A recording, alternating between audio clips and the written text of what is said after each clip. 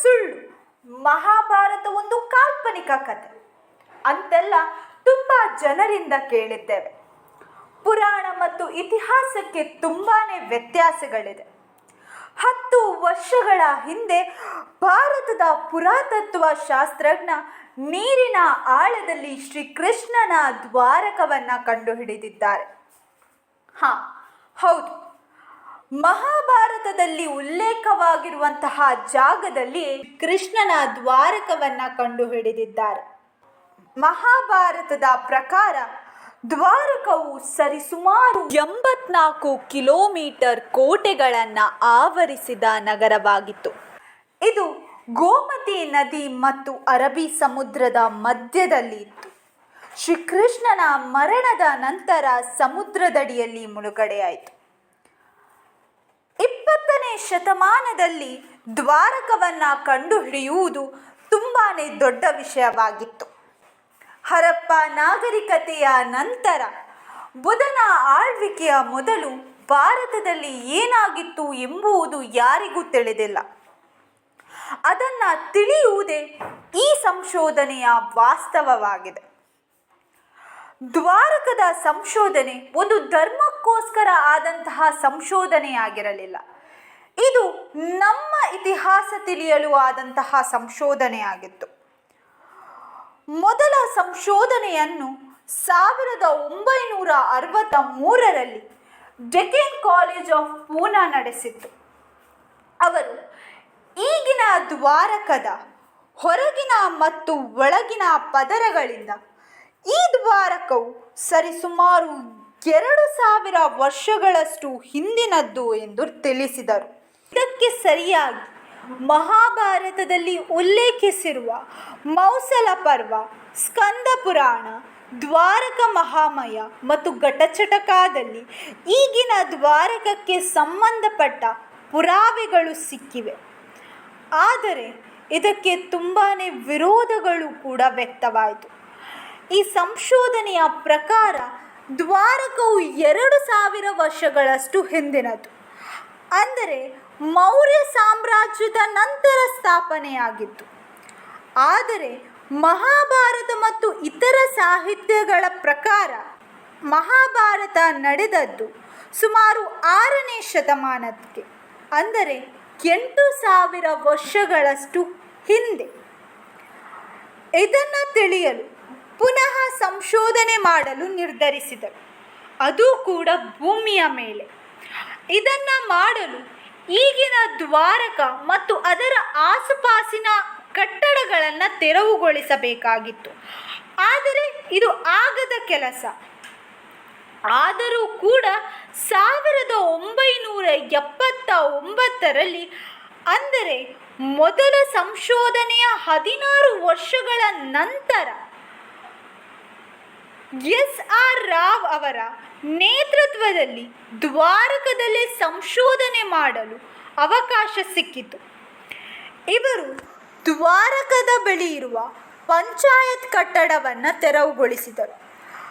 ಕಟ್ಟಡಗಳನ್ನು ತೆರವುಗೊಳಿಸಿದಾಗ ಭೂಮಿ ಮತ್ತು ಮಣ್ಣು ಸಿಗುವುದು ಸಾಮಾನ್ಯ.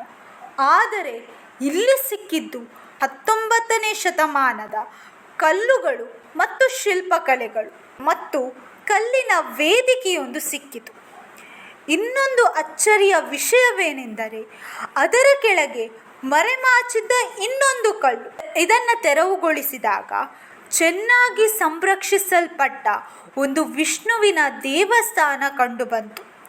ಅದು ಸರಿಸುಮಾರು 9ನೇ ಶತಮಾನದ್ದಾಗಿರಬಹುದು ಎಂದು ಉಲ್ಲೇಖಿಸಿದರು. ಆ ದೇವಸ್ಥಾನ ಒಂದು ಗರ್ಭಗುಡಿ ಮತ್ತು ಒಂದು ಸಭಾಂಗಣವನ್ನು ಹೊಂದಿತ್ತು. ಇನ್ನೂ ಕೆಳಗೆ ಸಂಶೋಧನೆಯನ್ನು ನಡೆಸಿದಾಗ ಇನ್ನೊಂದು ದೇವಾಲಯ ಕಂಡುಬಂತು. ಇದು ಮೊದಲಿನ ದೇವಸ್ಥಾನಕ್ಕಿಂತ ಹಳೆಯದಾಗಿತ್ತು. ಇದರ ಕೆಳಗೆ ಇನ್ನೊಂದು ದೇವಸ್ಥಾನ ಕಂಡುಬಂತು. ಅದು ಇನ್ನೂ ಹಳೆಯದಾಗಿತ್ತು. ಈಗ ನೋಡುವುದಾದರೆ ಪಂಚಾಯತ್ ಕಟ್ಟಡ ತೆರವಿನಿಂದ ಸಂಶೋಧಕರಿಗೆ 3 ದೇವಸ್ಥಾನಗಳು ಒಂದರ ಕೆಳಗೆ ಒಂದರಂತೆ ಸಿಕ್ಕಿದವು. ಈ ಸಮಯದಲ್ಲಿ ಅವರಿಗೆ ಆಯತಾಕಾರದ ಒಂದು ಕಲ್ಲು ಕಂಡುಬಂತು. ಅವರು ಅದನ್ನು ಬಾವಿ ಎಂದು ಭಾವಿಸಿದ್ದರು, ಆದರೆ ಅದು ಒಂದು ಗುಪ್ತ ಮಾರ್ಗವಾಗಿತ್ತು. ಅದು ಕೂಡ ಮಹಾಭಾರತದಲ್ಲಿ ಉಲ್ಲೇಖವಾಗಿರುವ ಮಾರ್ಗ. ಈ ಮಾರ್ಗವು ಕುಶೇಶ್ವರ ದೇವಸ್ಥಾನದಿಂದ ದ್ವಾರಕಕ್ಕೆ ಬರುವ ಗುಪ್ತ ಮಾರ್ಗವಾಗಿತ್ತು. ನಂತರ ಅಲ್ಲಿನ ಗೋಡೆಗಳನ್ನು ತೆರವುಗೊಳಿಸಿದಾಗ ಸುಂದರ ಕೆತ್ತನೆಯ ಕಲ್ಲುಗಳು ಮತ್ತು ಕಂಬಗಳು ಪತ್ತೆಯಾದವು. ಅದು ಸರಿಸುಮಾರು 12ನೇ ಶತಮಾನದ್ದಾಗಿತ್ತು. ಇದಕ್ಕಿಂತ ಮುಂಚೆ ಸಿಕ್ಕಿದ 3 ದೇವಸ್ಥಾನಗಳು ಸಮುದ್ರದಿಂದ ನಶಿಸಲ್ಪಟ್ಟಿತ್ತು. ಆದರೆ ಈ 4ನೇ ದೇವಸ್ಥಾನವು ಶತ್ರುಗಳಿಂದ ನಶಿಸಲ್ಪಟ್ಟಿತ್ತು. ಈ ಸಂಶೋಧನೆಯಿಂದ ಈಗಿನ ದ್ವಾರಕವನ್ನು ಸೇರಿ ಒಟ್ಟು 8 ದ್ವಾರಕವನ್ನು ಕಂಡುಹಿಡಿದರು. ಮೊದಲನೆಯ ದ್ವಾರಕವು ಸರಿಸುಮಾರು 16ರಿಂದ 15ನೇ ಶತಮಾನದ್ದಾಗಿರಬಹುದು ಎಂದು ಹೇಳಿದರು. ಅಂದರೆ ಸುಮಾರು 3500 ವರ್ಷಗಳಷ್ಟು ಹಿಂದಿನದ್ದು. ಇದಕ್ಕೆ ಪುರಾವೆಯಾಗಿ ಸಮುದ್ರದಲ್ಲಿ ಲೋಹದ ಸಾಮಗ್ರಿಗಳು ಸಿಕ್ಕಿದವು. ಎರಡನೆಯ ದ್ವಾರಕವು ಸರಿಸುಮಾರು 2500 ವರ್ಷಗಳಷ್ಟು ಹಿಂದಿನದ್ದು. ಇದಕ್ಕೆ ಪುರಾವೆಯಾಗಿ ಸಿಕ್ಕಿದ್ದು ಆಗಿನ ಕಾಲದ ಗೋಡೆಗಳು ಮತ್ತು ಪಾತ್ರೆಗಳು. ಮೂರನೆಯ ದ್ವಾರಕವು 1500ರಿಂದ 2200 ವರ್ಷಗಳಷ್ಟು ಹಿಂದಿನದ್ದು. ಇದಕ್ಕೆ ಪುರಾವೆಯಾಗಿ ಪಂಚಾಯತ್ ಕಟ್ಟಡವನ್ನು ಕೆಡವಿದಾಗ ಸಿಕ್ಕಿದ 3ನೇ ದೇವಸ್ಥಾನ. 4ನೇ ದ್ವಾರಕವು ಸುಮಾರು 7ರಿಂದ 8ನೇ ಶತಮಾನದ್ದಾಗಿರಬಹುದು ಎಂದು ಹೇಳಿದರು. ಅಂದರೆ ಸುಮಾರು 1300 ವರ್ಷಗಳಷ್ಟು ಹಿಂದಿನದ್ದು. ಇದಕ್ಕೆ ಪುರಾವೆಯಾಗಿ ಸಿಕ್ಕಿದ್ದು 2ನೆಯ ದೇವಸ್ಥಾನ. 5ನೆಯ ದ್ವಾರಕವು 8ರಿಂದ 12ನೇ ಶತಮಾನದ್ದಾಗಿರಬಹುದು ಎಂದು ಉಲ್ಲೇಖಿಸಿದರು. ಅಂದರೆ ಸುಮಾರು 1000 ವರ್ಷಗಳಷ್ಟು ಹಿಂದಿನದ್ದು. ಇದಕ್ಕೆ ಪುರಾವೆಯಾಗಿ ಸಿಕ್ಕಿದ್ದು ಮೊದಲನೆಯ ದೇವಸ್ಥಾನ. 6ನೆಯ ದ್ವಾರಕವು ಸುಮಾರು 800 ವರ್ಷಗಳಷ್ಟು ಹಿಂದಿನ, ಅಂದರೆ 12ನೇ ಶತಮಾನದ್ದು ಎಂದು ಹೇಳಿದರು. ಇದಕ್ಕೆ ಪುರಾವೆಯಾಗಿ ಶತ್ರುಗಳಿಂದ ನಶಿಸಲ್ಪಟ್ಟಂತಹ 4ನೇ ದೇವಸ್ಥಾನ. 7ನೇ ದ್ವಾರಕವು ಸರಿಸುಮಾರು 700 ವರ್ಷಗಳಷ್ಟು ಹಿಂದಿನದ್ದು. ಇದಕ್ಕೆ ಪುರಾವೆಯಾಗಿ ಸಿಕ್ಕಿದ್ದು ಒಳಗಿನ ಮತ್ತು ಹೊರಗಿನ ಪರಿಕರಗಳು. 8ನೇ ದ್ವಾರಕವು ಈಗಿನ ದ್ವಾರಕ. ಇದು ಒಂದು 16ನೇ ಶತಮಾನದ ಸಮಯದಲ್ಲಿ ಕಟ್ಟಿರಬಹುದು ಎಂದು ಹೇಳಿದರು. ಈ ಭೂಮಿಯ ಮೇಲಿನ ಸಂಶೋಧನೆಯ ಪ್ರಕಾರ ದ್ವಾರಕವು ಸರಿಸುಮಾರು 3500 ವರ್ಷಗಳಷ್ಟು ಹಿಂದಿನದ್ದು. ಮತ್ತು ಮರೆಮಾಚಿದ ದೊಡ್ಡ ಸತ್ಯವೇನೆಂದರೆ, ಮಹಾಭಾರತದ ಪ್ರಕಾರ ದ್ವಾರಕವನ್ನು ಶ್ರೀಕೃಷ್ಣನೇ ಕಟ್ಟಿದ್ದು.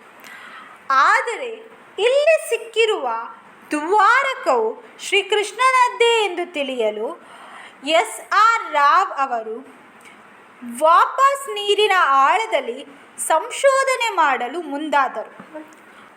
ಆದರೆ ಇದಕ್ಕೆ ಆವಾಗಿನ ಕಾಲದಲ್ಲಿ ಯಾವುದೇ ರೀತಿಯ ವ್ಯವಸ್ಥೆಯಾಗಲಿ ಉಪಕರಣಗಳಾಗಲಿ ಇರಲಿಲ್ಲ. ಆದರೂ ಹೇಗಾದರೂ ಮಾಡಿ 80,000 ಹಣವನ್ನು ಸಂಗ್ರಹಿಸಿ ಸಂಶೋಧನೆಗೆ ಮುಂದಾದರು. 1983ರಲ್ಲಿ ಮೊದಲ ಸಮುದ್ರ ಆಳದಲ್ಲಿ ಸಂಶೋಧನೆಯನ್ನು ಪ್ರಾರಂಭಿಸಿದರು. ಆದ ನಂತರ ಒಟ್ಟು 12 ಸಂಶೋಧನೆಗಳು ನಡೆದವು. ಈ ಎಲ್ಲ ಸಂಶೋಧನೆಯಲ್ಲಿ ಹಲವಾರು ಕಲಾಕೃತಿಗಳು, ಸೀಲ್, ಗೋಡೆಗಳು, ರಿಂಗ್ ಸ್ಟೋನ್ಗಳು ಮುಂತಾದ ಪರಿಕರಗಳು ದೊರೆತವು. ಈ ಎಲ್ಲ ಪುರಾವೆಗಳನ್ನು ನೋಡಿ SR ರಾವ್ ಅವರು ಇದು ಶ್ರೀಕೃಷ್ಣನ ದ್ವಾರಕವೇ ಎಂದು ತಿಳಿಸಿದರು. ಮಹಾಭಾರತ ಯಾವುದೇ ರೀತಿಯ ಕಾಲ್ಪನಿಕ ಕಥೆಯಾಗಲಿ ಅಲ್ಲ, ಇದು ನಮ್ಮ ಇತಿಹಾಸ. ಆದರೆ ಇದನ್ನು ಯಾವುದೇ ಪಠ್ಯಪುಸ್ತಕವಾಗಲಿ ನಮಗೆ ಹೇಳಲಿಲ್ಲ. ಆದರೆ ಇದನ್ನು ತಿಳಿಯುವುದು ಮತ್ತು ತಿಳಿಸುವುದು ನಮ್ಮ ಕರ್ತವ್ಯವಾಗಿದೆ.